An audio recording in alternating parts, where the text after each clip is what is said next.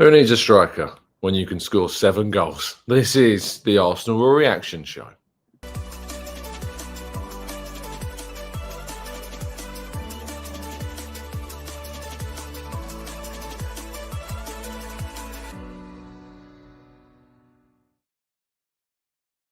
Hello and welcome to the Gooner Talk, back again with you guys and girls for another episode of what is the Arsenal Reaction Show, joining you the morning after the night before here in Eindhoven, following Arsenal's 7-1 victory against PSV in the last 16 of the Champions League, all but booking their place on a plane to Madrid, of course, next month, where Arsenal will be, should they not flunk a 7-1 lead and a 6-goal gap. They'll be facing a Madrid side of one of Atletico Madrid or Real Madrid in what is promising to be a very special part of the season after, if we're being very honest, much hope of this season had dissipated. And what a way to turn things around. 7 goals, 6 different goal scorers, a very good performance, one controversial moment that we'll talk about as well, and plenty more. But good morning to those joining us in the chat box. Really appreciate you all being here. Thank you once again. I hope you've been enjoying the fact that we've still been able to produce these shows while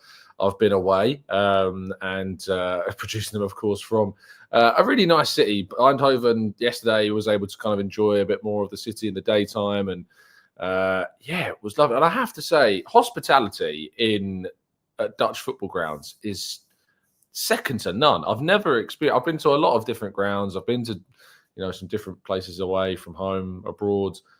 This is very, very nice. I mean, during the game, people are coming up the stairs, offering tea, offering snacks. That doesn't happen anywhere. The food in the ground was brilliant. There was pre-match food. There was post-match food. There was people coming around with what's called bitterbollen, which are like these deep-fried gravy beef ball things. They were amazing. And overall, just such a lovely place. I've had a really, really good time. And of course, I've got a day now in Amsterdam before heading back late tonight on a later flight to Gatwick. And I'm very much looking forward to checking out another city that I've not explored before. So overall, a successful trip so far, and I hope there's more to come as well. Good morning to Simple Unity, to Morgie. Good morning to Paul Nolawale, to Rich, to Tom. Good morning to Gooner76, to Barry, Amberlee, Jamil, Mark, Hooded Gooner, Natty, Tom. We've got Martin and Rowan. We've got Paul. We've got James, and plenty more of you guys and girls as well. Thank you to you all for tuning in. Very much appreciate you all being here. Please make sure you drop a like on the video, and of course, if you're new to the channel for whatever reason, subscribe. I'm very much looking forward to talking about this game and plenty more as well. So yeah, let's jump straight into things, shall we? We begin with the scoreline. Arsenal 7, PSV 1. Wow, just wow. We were having so many talks, throughout the day. I spent the day with a few other fellow colleagues and journalists, and we were just the conversations we were having were very much of 0-0, 1-0, 1-1, 2 teams out of form. It's going to be a real struggle to see a clear winner in this game. I had the pleasure of jumping on the TalkSport in the afternoon with Hawksby and Busby, and the questions were very much around kind of the struggles of both sides and how this game might go. I felt as though if PSV scored first, that Arsenal would really struggle, and they could and should have done. We'll talk about that in a bit. But it just went absolutely beyond anything that I could have imagined for this game. It went beyond anything I was ever expecting from this fixture. And I just can't quite get my head around how what happened.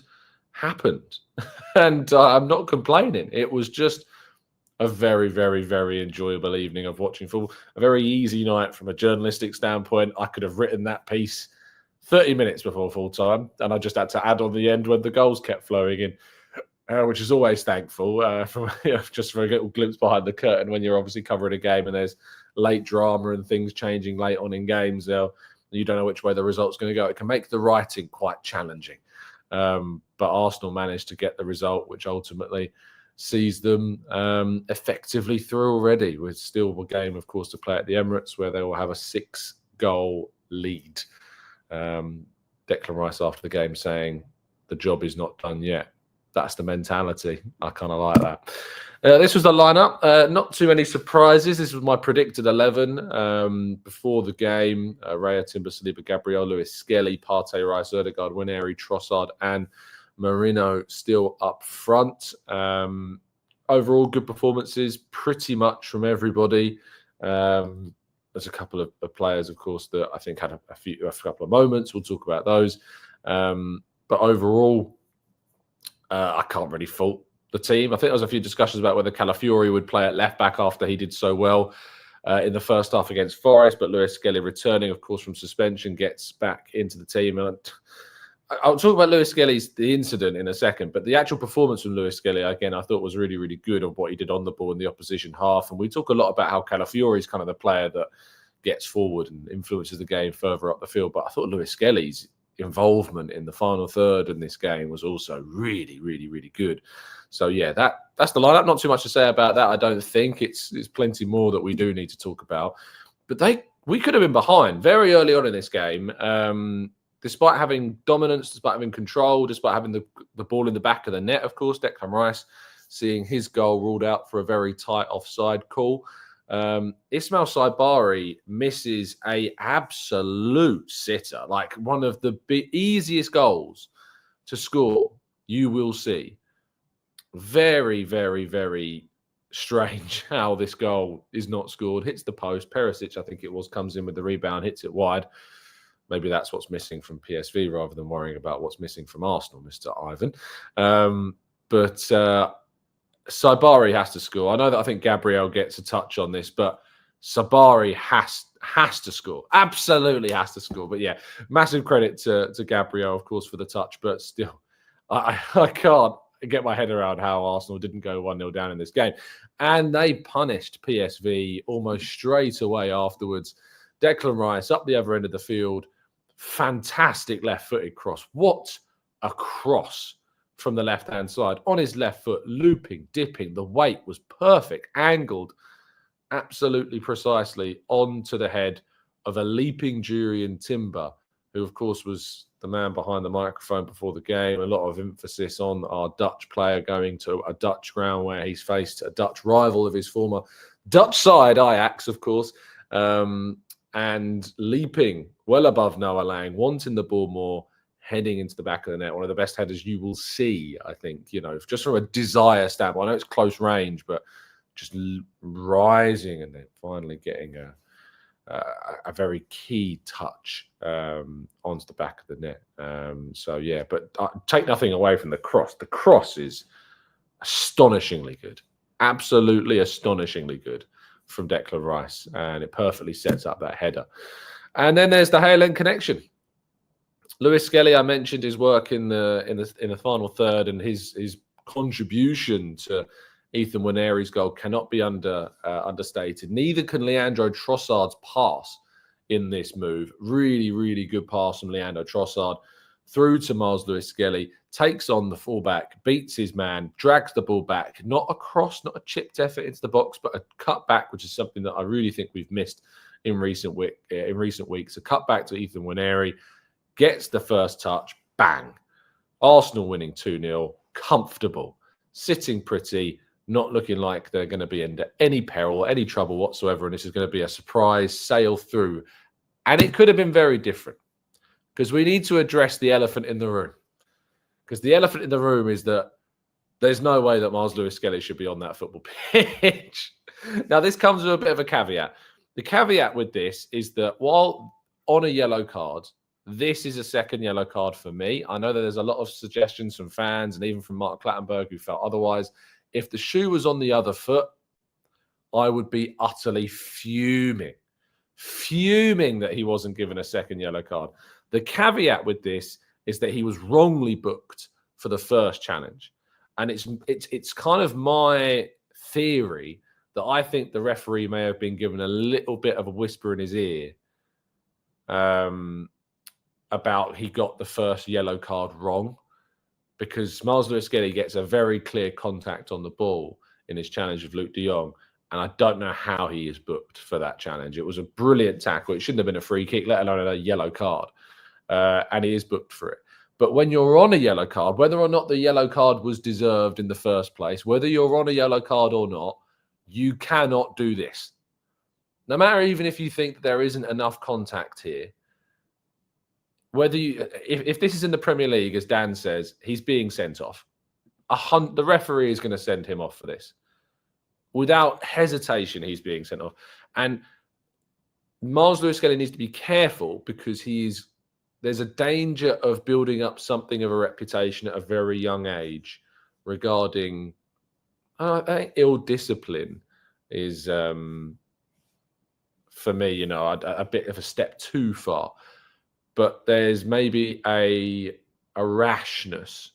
There's an immaturity. And I don't think that's a bad word to say for someone who's only 18 years of age, because naturally that is there.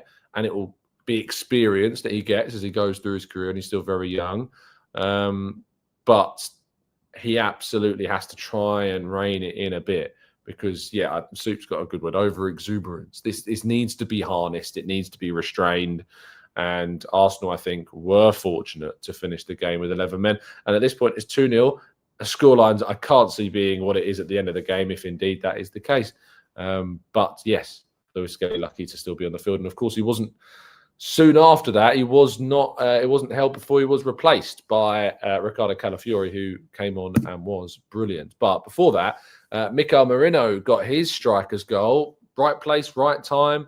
Ball pops out from Jurriën Timber, kind of fighting with, I don't know if it was with Malassi on the left-hand side, and eventually finding a way to get the ball out of the mess. And Mikael Merino finished like a striker. Yes, it's fortunate. Yes, it's just a moment. Yes, it's, right place, right time. But he finishes this goal very, very, very well. Lovely finish, finesse on the strike.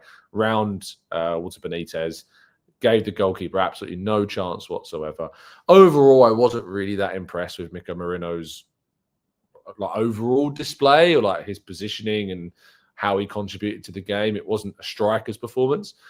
But when he's actually in those positions, when he gets his chances, he scores them. He's clinical. You can't say that he's not clinical. When he gets an opportunity to score and he takes a shot at goal, he's clinical in these moments. The 2 goals he scored at Leicester, the goal he scored here, he didn't really have chances in the last 2 games. He didn't really have any chances at all in those previous 2 matches whatsoever.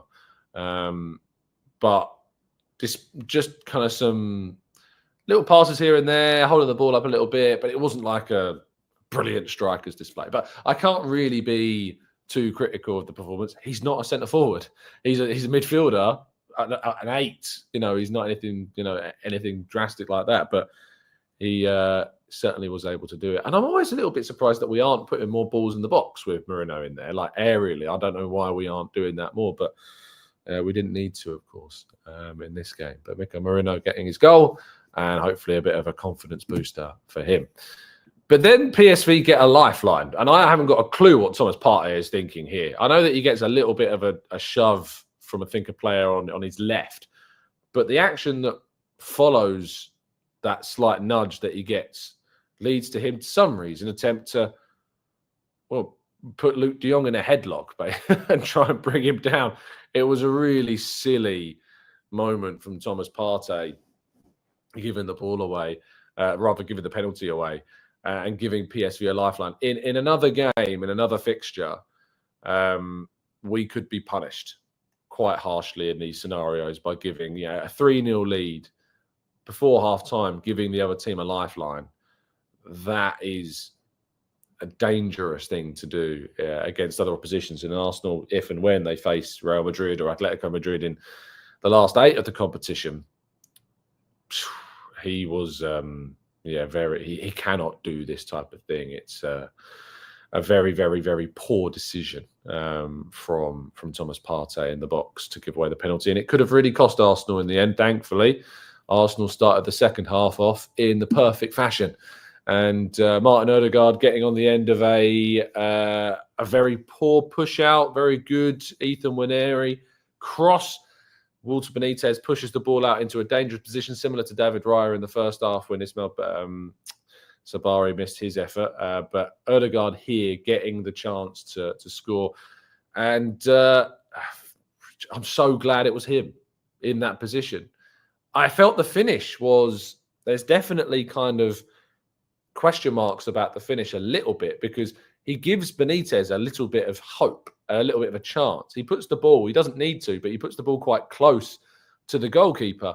And I think that finish is quite indicative of a player who has struggled for form and for confidence. And I think that the fact that obviously it goes in is such a huge moment for a player that just needed to have a weight lifted from his shoulders. I remember when Martinelli scored earlier in the season, it felt like you could literally see the weight lift off of the player. I think it was against Southampton that Martinelli scored. But Martin Odegaard's goal and the finish not being as ruthless as perhaps it could have been by putting it in the far corner instead, he just had to get it in the net, and thankfully he did, was, I think, a perfect kind of symbol of where Odegaard is at. And it kicked off a second half performance from Odegaard that was astonishingly good. Overall, I thought he played well. Even in the first half, I thought he was looking a lot better. There was a lot more encouraging signs. I was saying to Alex Howell at the BBC next to me in the first half that this is a really much more encouraging performance from Odegaard. His movement's better, his drive is better, his desire is better, his timing is better. And in the second half, his timing and positioning, of course, got him that goal. And he wouldn't stop there either. And we'll come on to more of what he did later on in the game. But my highlight, maybe the last goal is definitely a highlight of the game, but the back heel from Trossard through the legs and then scoring after a 1-2. Woof. This is why I love football. It's moments like this why I love this sport so much. Moments of magic, of ingenuity, of initiative and skill and flair. These are the moments that you love football for. And the back heel through the legs to Calafiori, who again did really, really well, hold the ball up well, found Trossard, picked him out, and then the finish from Trossard is again absolutely brilliant. Chipping over Benitez at the last second to get the height on the ball at such a close range to the goalkeeper and in the back of the net. We have needed this level of finishing all season. Where has it been? But it's been found here, and Trossard needed to step up, and he did, as Gooner says in the chat. And I think that it's a goal, hopefully, that will bring more for Trossard and hopefully lifts him towards the end of this season. And he's going to be a really important player for us, of course, with these games that remain. But Odegaard then managed to cap off a performance of his with a second goal. Yes, you could suggest that a goalkeeper could do better. I like to credit the strike here, because if you watch back the replay of this shot, it's sort of those beautiful knuckleball efforts where the ball's hit with the left foot towards the right, and then it's the way in which the ball has been struck. It suddenly swerves back across, giving the goalkeeper a horrible time and only the ability to try and stop it with one arm, because you're never going to get two hands to a knuckleball strike that moves in the air like it does. And he just can't get enough of his hand on the ball, and it just drops into the net.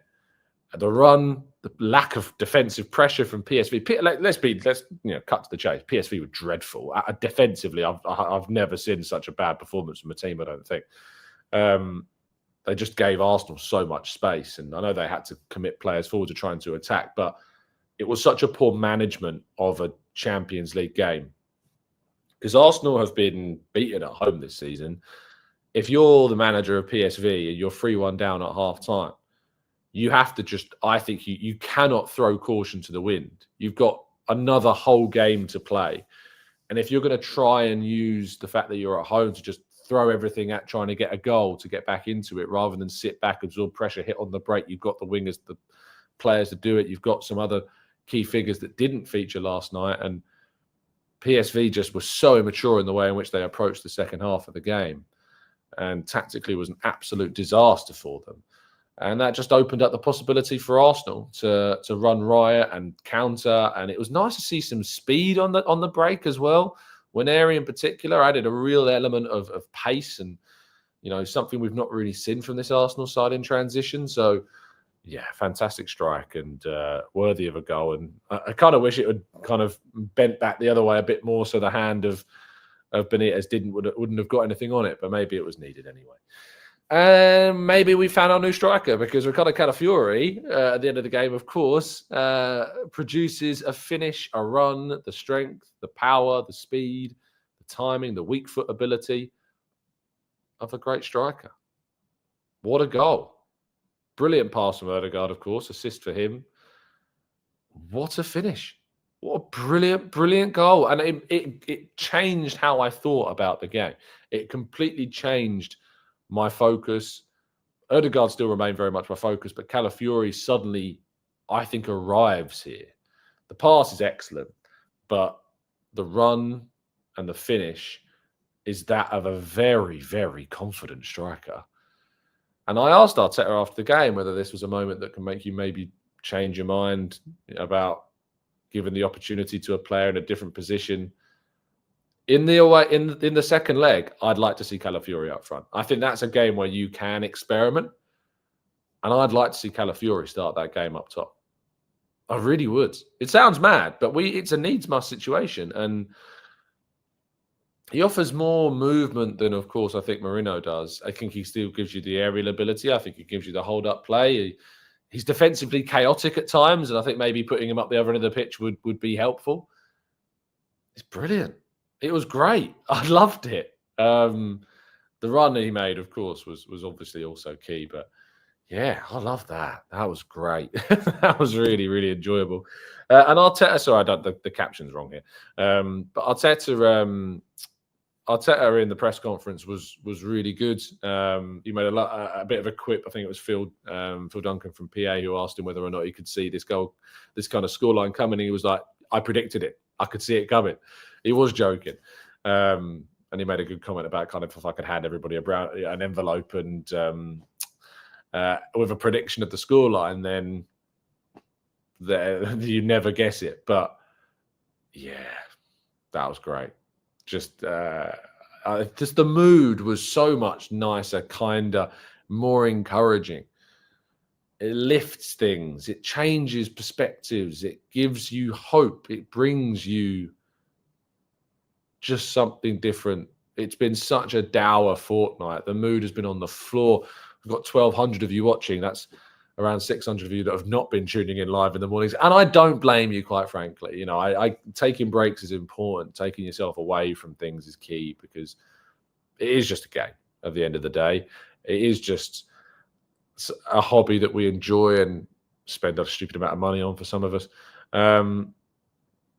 But this game changes the mood. It changes the perception. It changes everything about Arsenal's situation, really. And that's going to be really important moving forwards into the final part of the season. And that final part of the season, of course, could involve one of these two. Well, it will involve one of these two teams. Elsewhere in the Champions League, a Madrid derby was played after we saw Club Brugge get beaten by Aston Villa quite comfortably, who look like they are going to be in the quarterfinals facing one of PSG or Liverpool, who play tonight, of course. Borussia Dortmund suffered a very surprising draw at home against Lille. But the other big game, of course, of this midweek was in the Champions League capital, you could argue at times. Certainly the capital of Spain, Madrid, where Atletico travelled to the Bernabeu to face a Real Madrid side who would have been expected to win more comfortably than they did. But they still produced some of the best goals that we've seen in Champions League action. First of all, Rodrigo cutting in from that right-hand side, left-footed strike across the goalkeeper into the net. Brilliant. How are you going to top that strike? Well, Julian Alvarez steps up and scores probably the goal of the Champions League this season. Absolutely brilliant strike from him. And then Brahim Diaz. Wonderful footwork, wonderful finish. Real Madrid win 2-1. But I think Atletico Madrid I think they'd be quite happy taking a 2-1 scoreline back to their place. I think they will absolutely take a 2-1 result back to the Wanda. And it's going to be very interesting to see how that happens, how that plays out, how that game transpires. So Arsenal will be playing. I'm happy to say will. It is a formality. I'm sorry. I'm happy to go on the record. There's no way, touch wood, Arsenal are dropping a 6-goal lead at home. This Arsenal team, just no. Just no. But yeah, brilliant. Arsenal in Champions League quarterfinals, we believe, and looking on their way to plenty more to come. Very, very excited indeed. Well, let's go to part 2 and your questions and more right after this.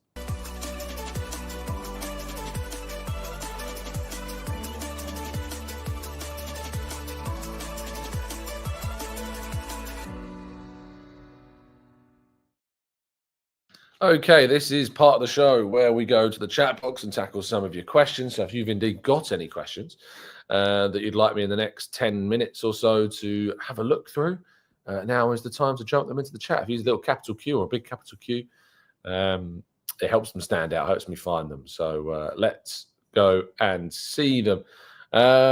Tristan says, Tom Calafiori must have the highest shot conversion in the league. It needs to start up top because I can't remember many good defensive actions from him so far. Miko Moreno must be up there as well, surely, in terms of shot conversion. He doesn't have many, and when he does have them, he's scoring them. He hasn't had many shots at all this season, but he had one against Brentford and scored it, had one against Liverpool and scored it. Nearly produced one against, Aston Villa, where it hit off Kai Havertz's hand, nearly scored there. So I think Miko Moreno must have a very high conversion rate, but Calafiori, yes, as well, definitely. I think is in with a chance of having a very high one as well. But there's more questions about Calafiori. Mira here says, if Calafiori was a regular starter, who would get more goals in a season, him or Gabriel Jesus? Very, very good question. One that puts everyone, I think, quite an uncomfortable position to talk about Jesus. Carl says, general comment, the talk amongst a lot of fans is either Moz Lewis Skelly, Calafiori, Saka or Ethan, Benny Blanco or Timber. My reply, rotation. What do we think? It's absolutely right. I think people get too married to kind of like 11s on paper and like just stick into what we have come to understand as our best 11 or what the best team is week in, week out. We need to rotate. And now we've got more depth to be able to do that in certain areas, and we need to make sure that we change that. Khan says the players look so much fresher. Is this due to an accumulation of rest in Dubai and the week before this game? Just thinking, can this be the rest turning point that we saw last season? I hope so, because if we can use it across the Champions League, that would be really great to see. Bakary Lazania says, what is the point of Sterling? Arthur says, is anyone still rooting for Sterling? Oh, goodness me. Like in a game where you've got all the pressure off, you're coming off the bench with, 10 minutes to go, you've got a chance to stamp your name on the game in some way. Awful. Like, why is he coming on and not Butler or Odegaard? Why? What's the point? Like, what's the point in bringing Raheem Sterling on there? Butler or Odegaard is someone we could do with putting some minutes into, deserved some minutes, and he must be sitting there and thinking, what's the point of me being here? In what game scenario am I ever going to get an opportunity to come off if we can be 7-1 up, or 6-1 up, I think it was at the time, and I'm still not coming off the bench, and instead you're giving this guy a chance who does nothing when he plays? I thought that was really harsh. Really, really harsh. Memphis says, how many changes should Arteta make for the second leg? Well, it's the game between Man United and Chelsea. He has to make some changes, I think, for sure. He can't make too many, though, because you don't want to get beaten, right? I think it's really important not to get beaten. I think it's still important to win that game at home before you play Chelsea as well. Build up more momentum. Keep that momentum flowing and going. But, yeah, I think you can make some changes. I think, obviously, players like Jorginho, Zinchenko, Kivior, could probably get on the field, get some important minutes, get some minutes that they need. But Tierney, Ben White, I think will really good chance to start Ben White in that game, get him back on the field. Don't think Martinelli will be back, but I think that's a really good opportunity to give some of those guys those chances. And I'd like to see Calafiori start up top. John says, did you hear Arsenal are the first team in Champions League history to score 7 away goals in the knockout stage of the competition? This equals PSV's biggest defeat in their history since the club formed in 1913. Yeah, I was aware of those stats. They were being talked about a lot after the game. And again, it's this Arsenal side breaking yet more records. Jay Thompson says, is it fair to say the biggest difference here is that the Premier League, we often face a low block, whilst last night this was not the case? Are our fluctuating performances more to do with the opponent? Obviously, the more that you play, and this is the third season Arsenal find themselves, in amidst the title conversation, and the more you spend at that level, the more teams play differently against you. The more teams sit back, the more they absorb pressure, the more that they will try and frustrate you. And in the Champions League, things do open up more. It does give us more opportunity. And that's why Arsenal missed a chance last season against Bayern Munich, because it was a game that was more open. It was a game that gave them more opportunities, and they failed to take those opportunities. Whoever Arsenal get in the quarterfinal, be it Atletico, be it Madrid, you'd hope there would be more space. But Atletico are a very shrewd defensive team. There's an argument that you'd rather face Real Madrid, even though they're a better side, because it would give Arsenal a game they would probably rather play than up against the mid and low block of Atleti. I think there are benefits to either team that we face. And Pat says here, which Madrid side would you prefer? From a personal, selfish point of view, I'd love to be able to go to the Bernabeu. It'd be a brilliant experience. I'm going to Madrid, whatever, but it's a football bucket list thing. But there is a tactical benefit to it being Real Madrid over Atletico Madrid, just because of the way that they play, and it perhaps maybe suits our style somewhat more. Now, they've got a lot better players than PSV, but maybe the style of the team is more suited to us. There's an argument there. Dan says, hi, Tom, what do you think of Mika Bira scoring 3 hat-tricks for Monaco from January when he joined? Why didn't we include a buyback clause? It wouldn't have mattered if we included a buyback clause, Dan. He didn't go to Monaco. He went to Sturm Graz. So Arsenal had a sell-on clause. They got money from that sell-on clause when he moved from Sturm Graz to Monaco. A buyback clause would not have been able to be inserted. Stephen says, do you know if Benny Blanco is okay after that challenge? My heart was in my mouth when he went down and Rice rushed over. There's been nothing really said about that. Hopefully he'll be fine. But I can't say anything's been said about that. Mark says, is the praise for Arteta as loud as the criticism that he has faced? Probably not. No. Probably not, mate. He's worthy of plenty of praise. He's worthy of criticism this season for sure. But the praise for him is I don't think he's ever going to reach the lows that we've seen over the recent weeks. Some of the embarrassing takes that we've seen as well. Rich says, Tom, do you see Jonathan Wilson's article about many players like Sterling trailing off after 500 games? Do we need to be doing more to ration Saka's appearances? Well, I think injuries are going to ration those appearances, it seems, as well. But I think it's more about his minutes, getting him off earlier, subbing him earlier in games, rotating him for certain games and fixtures that we don't need to play him in. That, I think, is really important. Elizabeth says, experienced players needed otherwise that you get knocked out. Well, Arsenal have got plenty of experience in this team. Plenty of experience now. A lot of these players have been playing in this competition, third season now for Arsenal. Others have won it, like Jorginho and Havertz. Of course, those presences in the dressing room, despite maybe not being on the field, are really important. So, yeah, absolutely right. Experience is very key indeed. Jay says, is it fair to say the biggest difference here is that the Premier League, we often face low blocks? We've discussed that. Someone's peppering the chat with questions. Gooner says, I think a celebratory Nando's meal is in order once you've headed back home, Tom. I think you're probably right, mate. I think you're probably right. Jamsey says, do you think Odegaard has been working on smashing the ball low? Explains why his first half penalty shout was him basically kicking the ball ground at the angle that would have been a low lay shot. I think that was a penalty, by the way, for me. I think he's impeded. I think he's fouled. If that's anywhere else on the field, it's a free kick. I think that's a penalty. I was disappointed it wasn't given. But yeah, maybe he is trying to work on his shooting a bit more. He does need to strike the ball low. He scored quite a few goals when he first arrived at Arsenal in his first couple of seasons, like striking low into the corner. Remember the one he scored at Spurs? A couple he scored against Spurs, actually, low-driven shots. Man United, I think he did it as well. So I think it's something that he does need to get back and improve into his game once more. Culture Mark says, hey, Tom, I think that Arsenal win all their remaining Premier League games. They will win the league. I think Liverpool will be under pressure to drop points. Mark, I love your optimism, mate. I really do. I have such appreciation for that level of optimism, Mark. But I think we could win the rest of our games, and I still don't think we win it. So sorry, mate. Sorry to pee in your cornflakes, as the saying goes. I can't help but not agree with you there. That is a big stretch. Addy says, Jurriën Timber, my man of the match. Just wow. Brilliant performance from him. Probably his best performance in an Arsenal shirt from Jurriën Timber. Absolutely excellent. Arthur says, who is our penalty taker currently? I imagine it would be Odegaard, I think. Unless Jorginho's on the field, then it would be him. but I imagine it would probably be Martin Odegaard. Joe says, our lads look different versus PSV rather than the Premier League games. We have more drive, more confidence, and we were playing with creativity and a smile. I thought it was interesting that Declan Rice said that they've been playing like that all season. That's what he said after the game. He said he felt that we've been playing like that all season. And I do get what he's saying. I think we have been good.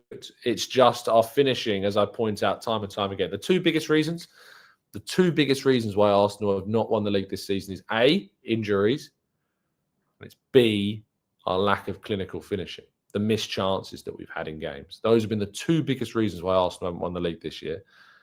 And if those two things can reverse in the end of this campaign, maybe for the Champions League, who knows? We will wait and see. But to be the best, you got to beat the best. And Arsenal will certainly be facing the best. Anyway, but the connection's starting to waver. So I'm going to cut things there. I'll be back tomorrow morning, bright and early, 8 a.m., back in the UK for the usual show. If you've been tuning back in with us and you've taken a little bit of a hiatus and returning with Arsenal winning, welcome back. Thank you so much for tuning in. Those that have stuck it out, you're very much appreciated.